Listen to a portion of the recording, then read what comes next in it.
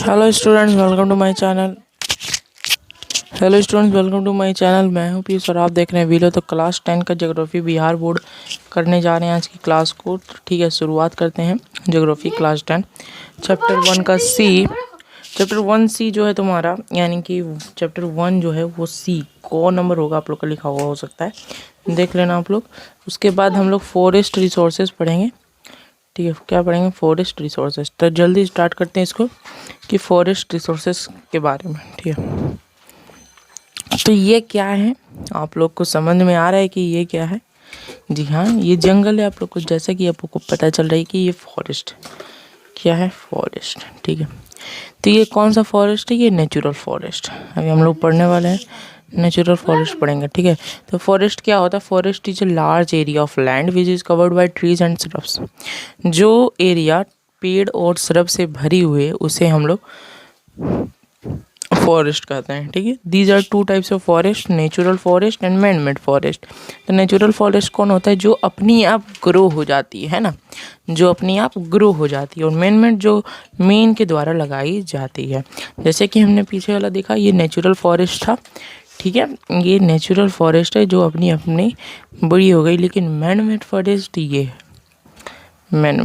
Road की तरफ से लगाया गया है, इसके कारण से। ठीक है, चलिए अब पढ़ते हैं types and distribution of forest and wildlife resources.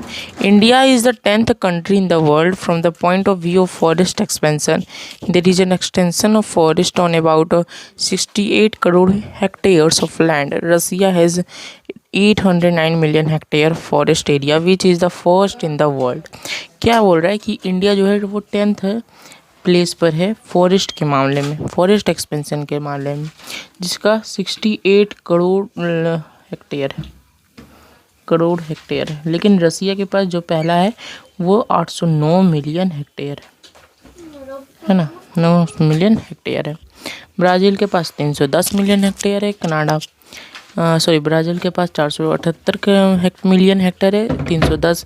Canada में है 330, यूनाइटेड स्टेट्स में है 197, चाइना में 164, ऑस्ट्रेलिया में 134, कॉन्गो में 88, इंडोनेशिया में 69, पेरू में।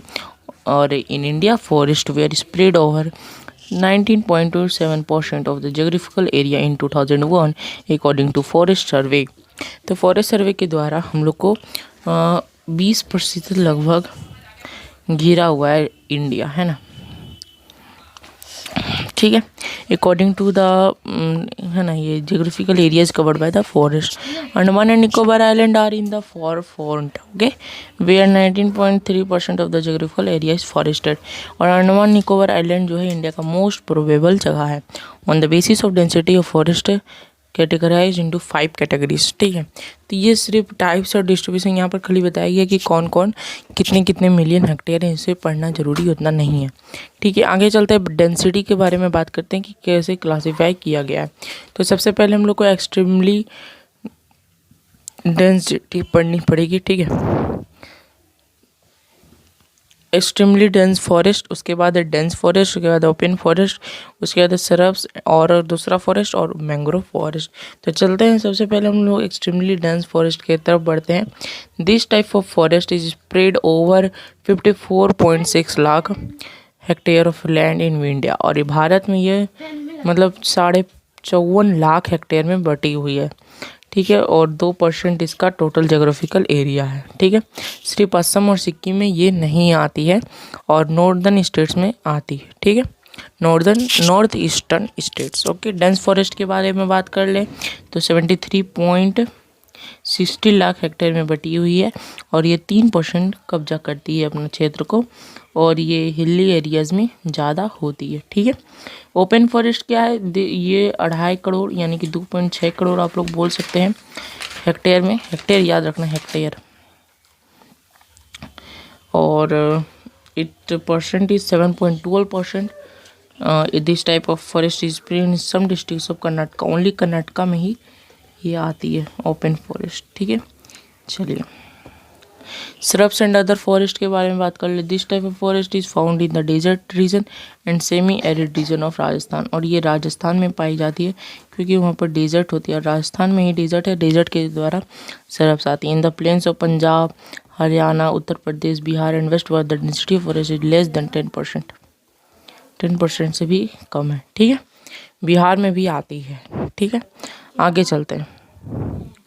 मैंग्रोव फॉरेस्ट के बारे में बात कर ले तो मैंग्रोव फॉरेस्ट जो है ये कोस्टल एरियाज भी कहलाता है, क्योंकि ये जो है ना शोर ऑफ सी यानी कि सी के बगल में रहती है, समुद्र के बीच में रहती है, जैसे केरला कर्नाटका हो गया, ठीक है। आगे चलते हैं। Depletion and conservation of forest wealth and life wild life. In the name of development destruction of forest started. तो डेवलपमेंट और डिस्ट्रक्शन ऑफ फॉरेस्ट स्टार्ट हुआ by the middle of the 20th century. किसके बीच में? 20वीं शताब्दी के बीच में। There was forest expansion on 24% of the area which has reduce 19% in the beginning of the 21st century. 20% में 24% था, यानी कि 20 सेंचुरी में जो तुम्हारा था वो 24% था, लेकिन हमारा जैसे ही 21 सेंचुरी आया वो तुरंत 19% घट गया, ठीक है। The main reason of this human intervention, यानी कि सबसे ज़्यादा है कि डोमेस्टिक एनिमल से ये अनकंट्रोल्ड हो रही है, और फिर पॉपुलेशन बढ़ रहा है तो अपना घर उर बनाने के लिए किया जाता था। Major reason of the decline of forest in India is expansion of agricultural land. और इसका मेजर रीजन क्या है डिक्लाइन ऑफ फॉरेस्ट, यानी कि फॉरेस्ट का डिक्लाइन करना, क्यों लैंड बहुत कम है इंडिया में, है ना, ठीक है। आगे बढ़ते हैं। Animal husbandry and the use of and the use of wood or for fuel have also played a significant role in the destruction of forest and wildlife। तो एनिमल हस्बेंड्री जो है वो लकड़ी के और फ्यूल के कारण बहुत सारे वाइल्ड लाइफ को भी दिक्कत करती है। रेल रोड, रोडवेज कंस्ट्रक्शन, इस सब के कंस्ट्रक्शन में भी बहुत भारी दिक्कत आ सकती है। Is the forest cover shrank so did the habitat of the wild life today the situation is many wild animals have become extinct और आर ऑलमोस्ट एक्सटिंक्ट। तो बहुत सारी इस तरह की सिचुएशन में बहुत सारे जानवर जो है वो एक्सटिंक्ट हो चुके हैं और कुछ एक्सटिंक्ट होना बाकी है। जैसे चीता और वल्चर आज एग्जाम्पल्स इन इंडिया जो अभी एक्सटिंक्ट है। चीता को अभी लाया गया है नरेंद्र मोदी के द्वारा। Some of the major animals that are in the danger of extinction are कृष्णा, सार, चीता, ये सब डेंजर में है, ठीक है। हम लोग सभी अभी पढ़ने वाले हैं, ठीक है। तो ये सब एग्जाम्पल आप लोग देख लेना। Amrita Devi wild life conservation पर आसर, ये बहुत ही हेल्पफुल चीज़ है किसके लिए? वाइल्ड लाइफ के लिए, ठीक है। तो जल्दी से इसको पढ़ते हैं। ये एग्जाम्पल राइनोसोरस, चीता, ये सब रेनडियर, ये सब जो है ये सब एक्सटिंक्शन में आ चुके हैं, ठीक है। Amrita Devi was a resident of a Bishnoi village, Jodhpur district जो है राजस्थान का। 1731 एडी में वो किंग का ऑर्डर ली थी और वो एक क्या की थी, सेंचुरी बनवाई थी ना। तो ये पूरा एकदम है, चलिए इसको पढ़ लेते हैं। Who'd had to be cut the construction of new palace of the king along with Amrita Devi the villagers are also oppose the king's man. और अमृता देवी का बहुत सारा विरोध किया गया था किंग का आर्मी लोग के द्वारा। When the Maharaja came to know about this he was very remorseful and banned deforestation in his kingdom. और जब उन्हें पता चला कि ऐसा ऐसा बात हो रहा है तो वो डिफॉरेस्टेशन अपने राज में बंद करवा दिए, जिस टाइम से वो एक international level protection of forest and wild life जगह बन गया। The work of making the list, तो ये सब ग्रीन बुक में सारा चीज़ लिखा हुआ है, रेड डाटा बुक में भी लिखा हुआ है क्या क्या होता है। चलिए ये नहीं पढ़ना हम लोग को, एक मिनट इसको हम पीपीटी में काट देंगे, ठीक है। This organisation has identified the species of different types of plants and animals and divided them into the following categories. तो बहुत सारे चीज़ स्पीसीज में डिफाइन किया गया। तो सबसे पहले कॉमन स्पीसीज है। तो कॉमन स्पीसीज जो बहुत अभी है, नॉर्मल है, जैसे कि पाइन हो गया, साल हो गया, ये सब तुम्हारे नॉर्मल में जी रहे हैं, लेकिन बहुत सारे जो हैं अभी एक्सटिंक्ट होते हैं। थ्रेटेंड स्पीसीज, जो स्पीसीज डेंजर के एक्सटिंक्शन में आ चुके हैं, एक्सटिंक्शन के डेंजर में आ चुके हैं, जैसे तुम्हारा मंकी हो गया, ब्लैक बक, क्रोकोडाइल, ये सब जो है तुम्हारा पानी, मणिपुरी डियर, संगाई जिसको बोलते हैं, ये सब जो है एक्सटिंक्शन में आ चुके हैं, यानी कि इनकी आबादी बहुत घट चुकी है। ठीक है। वल्नरेबल क्या नाम है इसका, कास्ट, यानी कि वल्नरेबल स्पीसीज भी बोल सकते हैं इसको। ठीक है। Under this such cast have been keeped whose number is decreasing, जो डिक्रीज होते जा रहा है धीरे धीरे धीरे धीरे, और वो इंडेंजर्ड कास्ट में आ रहा है। ठीक है। एग्जाम्पल ऑफ सच ब्लू सीप, एशियन एलिफेंट, ये सब जो है वो अभी इंडेंजर में आ रहे हैं, एक्सटिंक्शन में नहीं, इंडेंजर्ड में। रेयर स्पीसीज, रेयर स्पीसीज की बात कर ले जो बहुत कम जगह पर मिलती है। ठीक है। बहुत जगह कम पर मिलती है, वेरी लेस मिलती है, और वो अपना under the category of endangered species, और वो इंडेंजर्ड स्पीसीज में है, और वो होने वाली है ख़त्म। Endemic species, species is found in specific area outside natural और जोग्राफिकल बाउंड्रीज। दंडमानी, स्टील, निकोबार, पिजन, ये सब जो हैं ये कहीं नहीं पाई जाती है, सिर्फ इंडेमिक ये कभी कभी पाई जाती है, कहाँ, कोस्टल एरियाज में। ठीक है। उसके बाद एक्सटिंक्ट स्पीसीज जो बहुत ख़त्म हो चुके हैं, 10 species, sub species from the local area ख़त्म हो गए मान लेते हैं। Asiatic cheetah, the pink headed dog, डोडो, ये सब ख़त्म हो चुके हैं। इसके कारण से नेशनल पार्क और सेंचुरी बनाया गया और बायोस्फीयर बनाया गया, जिसको हम लोग पढ़ने जा रहे हैं। ठीक है। तो सबसे पहले हम नेशनल पार्क के बारे में पढ़ते हैं। ठीक है।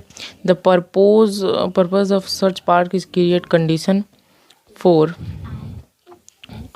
है ना, एक बार हम देख लेते हैं एक बार। यस, तो ये तो आगे आराम से पढ़ेंगे। ठीक है। तो condition for growth and reproduction in the natural habitat of wild life, wild animals, the number of national park in our country 85। National park total कितने, 85। ठीक है। सेंचुरी कितने हैं होंगे, सेंचुरी 448 में। ठीक है। Begusarai and Kanwar lake, national park जो होता है वो पार्क है ना, ग्रोथ और रिप्रोडक्शन के लिए नेचुरल हैबिट होता है वाइल्ड एनिमल्स का, लेकिन सेंचुरी में सिर्फ वाइल्ड एनिमल्स को रखा जाता है जिंदा। ठीक है।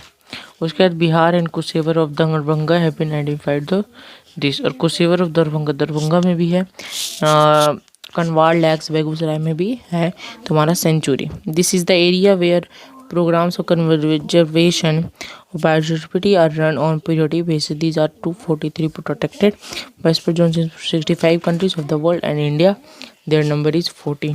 ठीक है।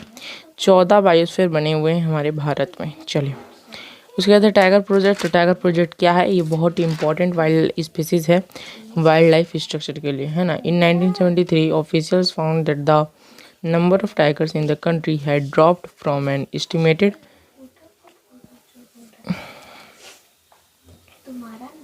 estimated 5500 the beginning of 20th century to just 87, killing and stealing tigers for trade. देखो पहले ज़माने में क्या होता था, बेचने के लिए, उसकी खाल को बेचने के लिए शेर को मार दिया जाता था, और फिर बिजनेस के लिए और भी कुछ मीट बनाने के लिए उस शेर को मार दिया जाता था, जिसके कारण से टाइगर प्रोजेक्ट को चलाना पड़ा। ठीक है। 20th सेंचुरी में लागू हुआ था। Shrinking of habitats, the wild species needed for food and increasing population, the main reason for decreasing number of tigers. Food के लिए सबसे ज़्यादा उसको मारा जाता था।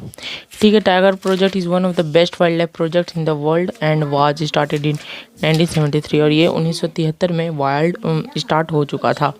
It was very successful as the number of tigers increase to 4002 in 95 and इतने में हो गए, but in 1993 its number decreases to 3600 and 27 tiger reserve spread over इतना, और हमारे इंडिया में अभी 27 टाइगर्स ही बच चुके हैं, उससे ज़्यादा नहीं है टाइगर्स। इसीलिए टाइगर्स को मारना मतलब जेल जाना। ठीक है। अब आगे बढ़ते हैं और चिपकू मूवमेंट की शुरुआत करते हैं। चिपकू मूवमेंट क्या है? This movement was started in 1972 by illiterate tribes led by Sundarlal Bahuguna. आप लोग बहुगुणा, सुंदरलाल बहुगुणा ने 1972 में जो जंगली लोग रहते हैं उन लोग से चिपकू मूवमेंट करवाया गया था। कहाँ पर? टेहरी गारवाल हिल डिस्ट्रिक्ट ऑफ उत्तर प्रदेश में। इस मूवमेंट में क्या होता था कि लोकल पीपुल जो है ना, जब कोई आदमी को देखते थे कि काट रहा है पेड़ को, तो उससे जाके चिपक जाते थे और उसे बोलते थे इट सेव करो सेव करो। It was accepted in many countries legal provision for the protection of wild, और इसके कारण से बहुत सारे कंट्रीज़ में इसे एक्सेप्ट भी किया गया protection of wild life sanctuary के लिए। The rules and legal provisions, और कुछ रूल्स भी बने, तो 2 रूल्स हैं वो उसको भी पढ़ लेते हैं। इंटरनेशनल रूल्स और नेशनल रूल्स है। तो पहले इंटरनेशनल रूल्स को हम लोग पढ़ने वाले हैं। ठीक है। For the protection of wild life rules and legal provisions have been made by 2 और मोर नेशनल ग्रुप्स। ये रूल्स में इंटरनेशनल में फॉलो होता है, यानी कि सभी जगह। Efforts are being protection of wild life through the African convention and यहाँ पर एक्ट है 1972 बाय स्ट्रिक्टली फॉलोइंग दिस। तो इसमें क्या होता है कि इसमें कोई भी मारता है तो इंटरनेशनल जेल में जाता है, ठीक है। नेशनल लॉ है कि यहाँ पर 3 लॉ बना हुआ है, 47, 48 और 51, ठीक है। 3 लॉ में है। Under article 21 of the constitution और rules for the protection of wild life and natural hunting of birds and be banned, जिसके तहत एक्ट 1972 के तहत 91 के तहत बर्ड्स और एनिमल्स को मारना बंद कर दिया गया है, ठीक है। और जेल कार्रवाई होती है उसके पीछे, ठीक है। There are descriptions of more than 17 से 18 लाख स्पीसीज। देखो बायोडिवर्सिटी के बारे में बात कर चुके हैं, तो यहाँ पर एक बार है rich biodiversity is essential for a healthy biosphere and biological industry. और बायोडिवर्सिटी जो है वो क्या होता है, जहाँ पर हैबिटेट होता है ना तुम्हारा वाइल्ड लाइफ का, उसे हम लोग बायोडिवर्सिटी कहते हैं, हैबिटेट ऑफ वाइल्ड लाइफ। यही सिंपल सा डेफिनेशन है, ठीक है। बस biodiversity is used in agriculture and many medicinal use one एवं, ठीक है। ये बहुत ही इम्पोर्टेंट चीज़ है। आगे चलते हैं, नेक्स्ट क्लास में हम लोग पढ़ने वाले हैं, हम लोग इसके MCQ करेंगे। Bye bye, take care. तब तक के लिए देखते रहिए व्हील हो और जुड़े रहिए टेलीग्राम के साथ। और अगर नोट्स चाहिए तो प्लीज़ सब्सक्राइब कर ले चैनल को, नोट्स फ्री में मिलते हैं, ठीक है। चलिए।